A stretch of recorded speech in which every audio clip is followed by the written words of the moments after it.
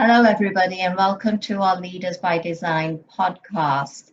Thank you for joining me. I'm Pushpa, your host, and we've got a phenomenal guest today, Brittany Baldwin. She has got some exceptional stories, personal and professional, that's really going to make a difference. So I know just before Christmas, because it's not what Brittany has to share is not enough just in one of my podcasts. We're going to do a continuation for another one. And I truly believe in my heart that it's going to make a difference in your life. But what it's also going to do is give you something where you feel that maybe not a strength of yours, or you need more information about, or even just having that initial chat with Brittany after listening to the podcast, I believe will give you some of the resources that you're probably missing in running your businesses, or whether it's in your professional or even your career environment. So Brittany's biography, I'm going to read a little bit, but then I'll get Brittany to expand. First of all, Brittany, welcome. Thank you for joining me today. Oh, thanks for having me. Thanks so much for having me. You know, it's such a wonderful time of year, and I think we've all had a bit of a challenge this year, whether it's been, as you said, personally or professionally, with our health, with the inability to travel and see our loved ones. So it's really wonderful to join you today at the end of the year, share some of the insights, share some of the adversity that I've gone through to demonstrate that we all have the ability to bounce back, and the journey that we have yet to take is so exciting and so wonderful. So thanks for having me. I'm really excited to be here. Oh, you're more than welcome. So let me give you a little history on Brittany. And as I said, she'll expand on this. So Brittany's from Tick Tock Sales and has a simple philosophy. She aspires to inspires before she expires. Now that's a beautiful saying. I would never have thought of that. This woman's on a mission, is devoted to bringing simplicity to sales so that business leaders can find and transform prospects into paying customers. That's a definite area that I need help in as well. So I might even contact you later, Brittany. Brittany's a hardworking, perseverance, and has a high level of passion as a woman. And all these are the core ingredients for success. And Brittany, she's proved this with her rise in the sales world.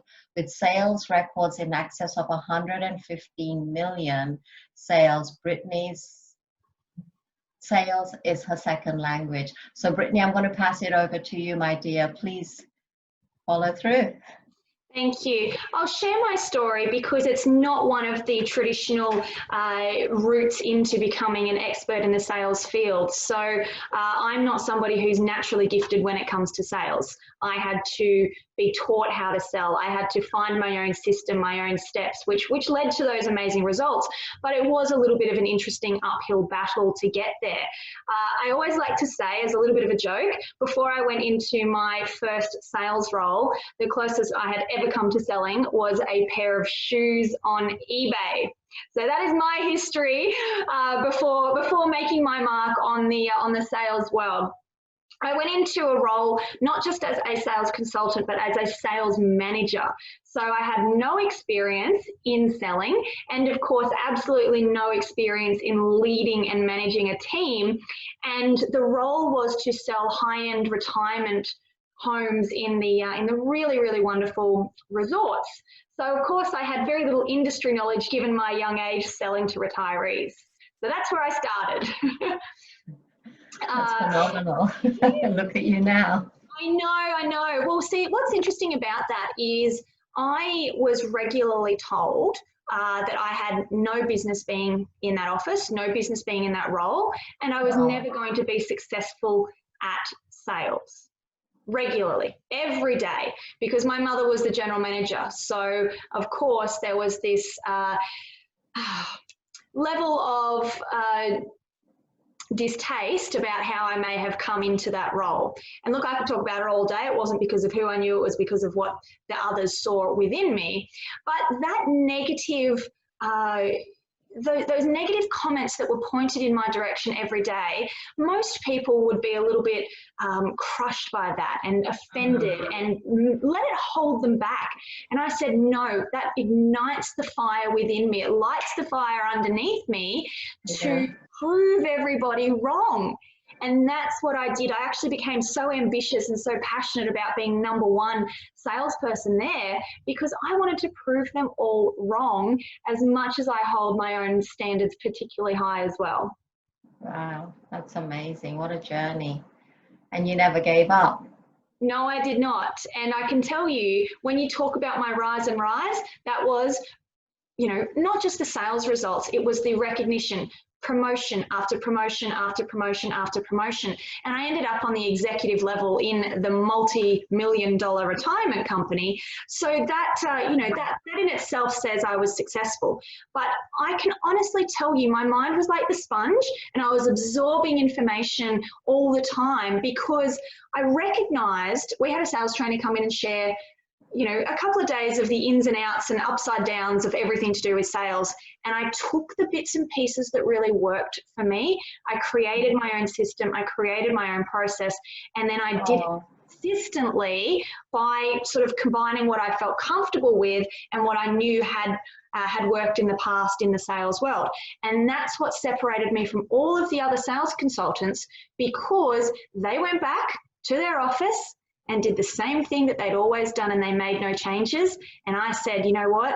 The professionals have come in and taught us a few tricks here. I'm going to learn them. Wow. I love that. Yes, but I mentioned adversity earlier on, and this is where I want it to be really relevant to the listeners for this podcast because we all have our own battles throughout the life cycle of our business journey, of being a sales professional, and we ride the ups and downs of that. So at the peak of my time at that company when I was performing particularly well, being handsomely rewarded as a result of that, getting all of these record results, I was very unexpectedly made redundant. Oh. It came out of nowhere. And you make plans and you anticipate. It was right before Christmas. I just built a new house. I got a puppy. It was my dad's birthday. Everything was going on all at the same time. But to really put the cherry on top, I was diagnosed with cancer. Oh, dear. I was. But I always look at that at 29 years old. Obviously, that was very confronting. But I always say that was the silver lining because I was so busy at work that I'd probably been neglecting going along to, looking after yourself personally. So being made redundant meant I had a little bit more time up my sleeve to go to those appointments. So yes, within 2 weeks of being made redundant and a couple of weeks before Christmas, I was diagnosed with melanoma and booked in immediately for surgery. So I'm fine now. Thank God. I am. Thank you. It's been a mental journey to go through that, and I've learned so many lessons as a result of that. But of course, somebody who I've shared with you, I'm particularly ambitious. I say I can do whatever the world, allows me to achieve. I went into the new year. I said, new year, new me. So I said, I am not going to continue on the pathway that I was on because I value myself so much more than any business owner could ever value me. So I want to go into business for myself in a way that I could impact so many other people and share how to learn sales in a simple way because that's what I did. And I know it's an area that so many people out there struggle with, the scary word of sales. So just a quick question. Thank you so much for sharing that. I really appreciate it. And I'm in awe of where you are in your personal life as well. Definitely an inspiration. So for our audiences, what would you say is the difference between marketing and sales? Great question, because we often loop them all into the same category. And when we're talking about prospecting and selling and trying to get results for our business, we need to consider that there are two aspects as part of our business, marketing and sales. Now, they are completely different or form completely different roles in your company, but of course they complement each other. They go side by side, they go hand in hand. But it's important for us to recognize the role that each of them plays. I can best describe it by saying marketing brings your customer to the door and sales takes them through the door. Does that make sense? Yeah, now it does. Yes, that's what I mean when I use simple analogies. So we need to attract all of these customers, but so many business leaders that I'm speaking to, they really struggle with that conversion because Mm, they don't know what to say, how to say it, and because they can't have that conversation, they don't end up doing business with the customer. They put all of their time, their effort, their energy, their money into this transaction, and then of course when they don't know how to finish with the sale, it doesn't result in cash in the bank. So they go and then chase another lead, and the cycle continues, and they're not having the results. So they're getting frustrated, and ultimately they're saying, I get really bad leads. No, no, no, no, no. right. You don't have a leads problem, you have a conversions problem.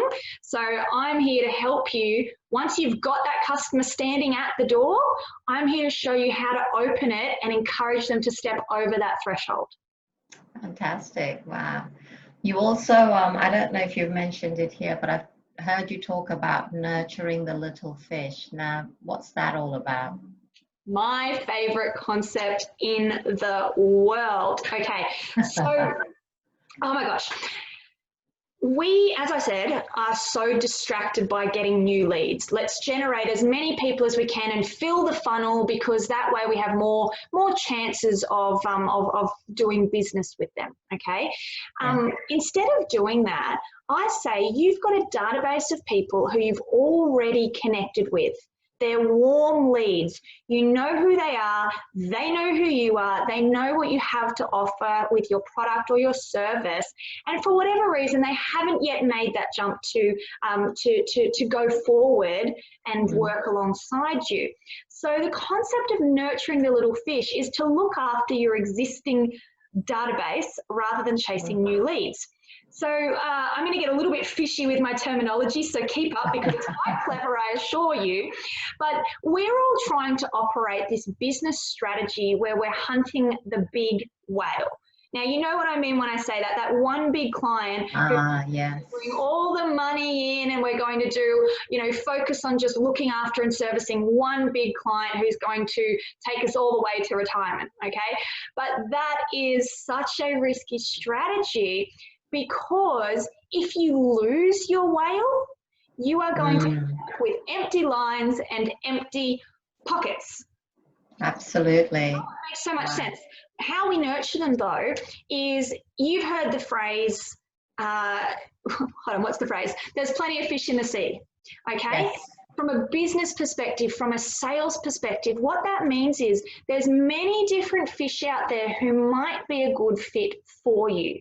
So we have Mm, to nurture them. We have to support the little fish, feed the little fish, and help them thrive and grow and build the relationships with these little fish. Because what happens to the little fish?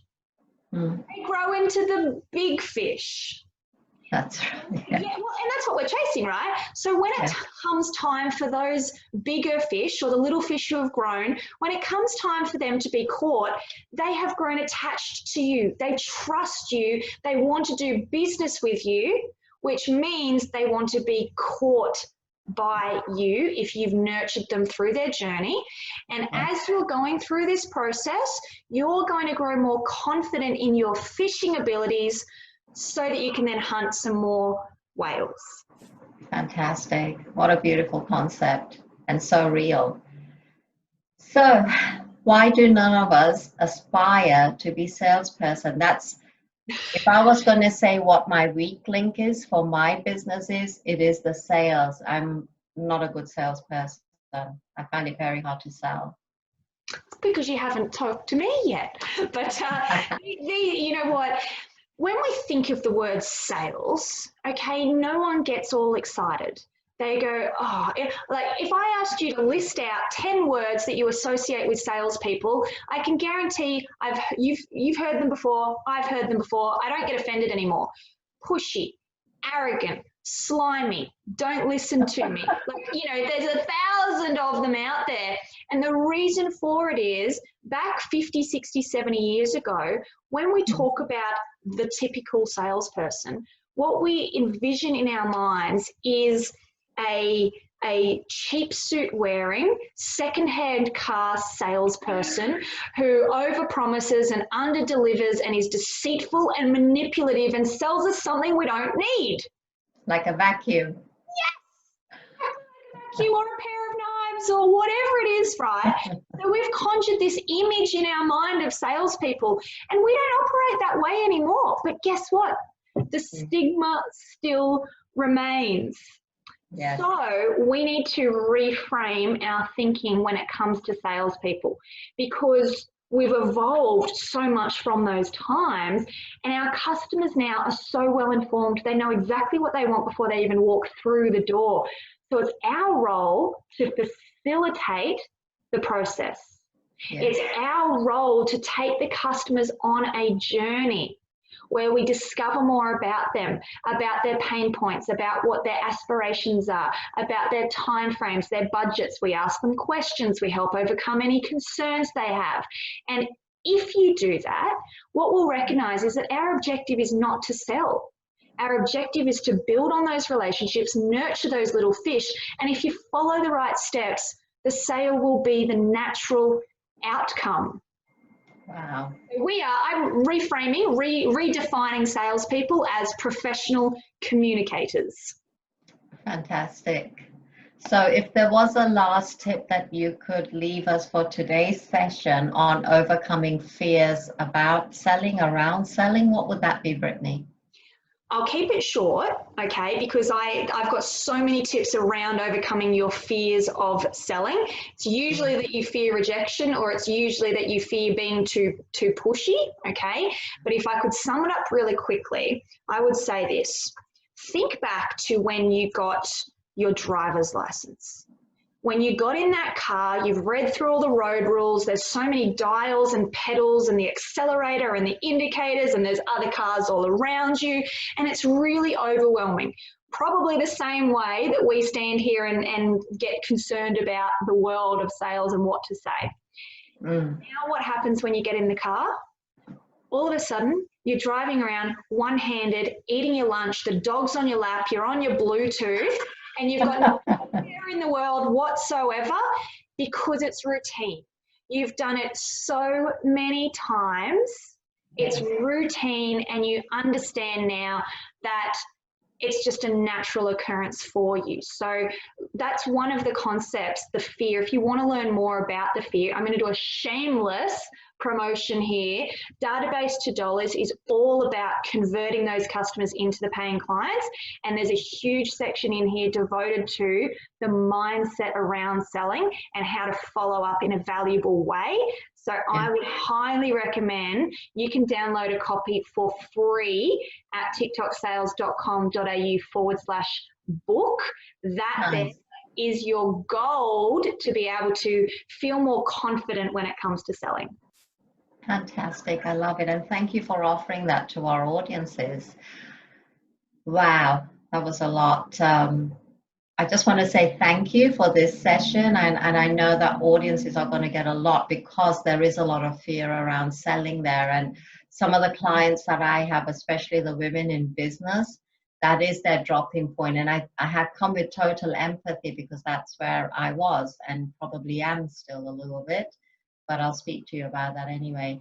Brittany, thank you so much for today's session. I'm so grateful that I chose to have you at the end of the year, because it's not about the end of the year. What you're going to give people is the crucial knowledge and the wisdom they need around selling, especially after the year that we've had. And it's going to help them be prepared for the following year. So I know you're here, you're making a difference, and you're definitely, just going to get that quote up here, you're inspiring. You aspire to inspire before you expire, and you've definitely done that for us here today. So thank you so much, and I look forward to speaking to you again next week, and we'll have the recordings in consistent weeks. So one week probably tomorrow, and then we'll have another one next week for you, for all our great audiences. So it's Pushpa here, your host from Leaders by Design, signing off. And Brittany, would you like to say a little goodbye? Look, thank you so much. I understand that the concept of selling can be challenging. My role is to bring simplicity to sales. So if anything I've said to you really creates more curiosity for you, or you want to know more about it, of course, download the book, but you can reach out to me on social media, LinkedIn, my website, or Facebook. I've got a group as well called Sales Skills for Business Leaders. Of course, though, I want to hear from you. I want to hear what you're struggling with. I want to hear what you think you do well, so that we can come up with an effective sales strategy for you and master your mindset when it comes to selling. So thank you for having me, Pushpa. I'm so glad that we've been able to share some great tips with your audience today.